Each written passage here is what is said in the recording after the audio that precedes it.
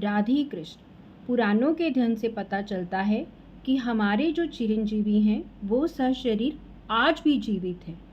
उनके जो नाम हैं वह इस प्रकार से हैं: वशिष्ठ, अत्रि, विश्वामित्र, दुर्वासा, अश्वत्थामा, राजा बलि, हनुमान जी, विभीषण, कृपाचार्य, परशुराम जी, मार्कंडेय ऋषि, वेदव्यास जी और जामवंत जी।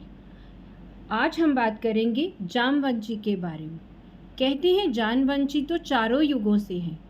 वो सतयुग में भी थे जब भगवान वामन का रूप धरकर आए थे और बलि से 3 पग भूमि मांगी थी। तब जामवंत जी ने वामन के रूप में ही भगवान जी की एक क्षण में 7 बार परिदक्षिणा कर ली थी।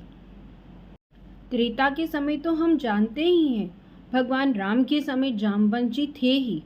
जब लंका के लिए हनुमान जी ने समुद्र पार करना था, तब जामवंत जी ने ही उनसे कहा था, जामवंत के वचन सुहाई, सुनि हनुमत हृदय अति भाई। तब लगी मोहे परखो तुम भाई, सखी दुख कंद मूल फल खाई। जामवंत जी ने हनुमान जी को उनकी शक्ति याद दिलाई थी, क्योंकि वह कह रहे थे कि मैं अब बूढ़ा हो गया हूँ, मैं समुद्र पार तो कर जाऊँगा, परंतु वापिस आना मेरे लिए बहुत ही कठिन है। अर्थात जामवंत जी त्रेता युग में भी थे। अब जानते हैं जामवंत जी द्वापर युग में भी थे। कहते हैं जब कृष्ण जी पर सैमंतक मणि की चोरी का इल्ज़ाम लगा था तो वह जंगल में गए, जहां उन्होंने एक बच्चे को अपनी सैमंतक मणि से खेलते हुए देखा।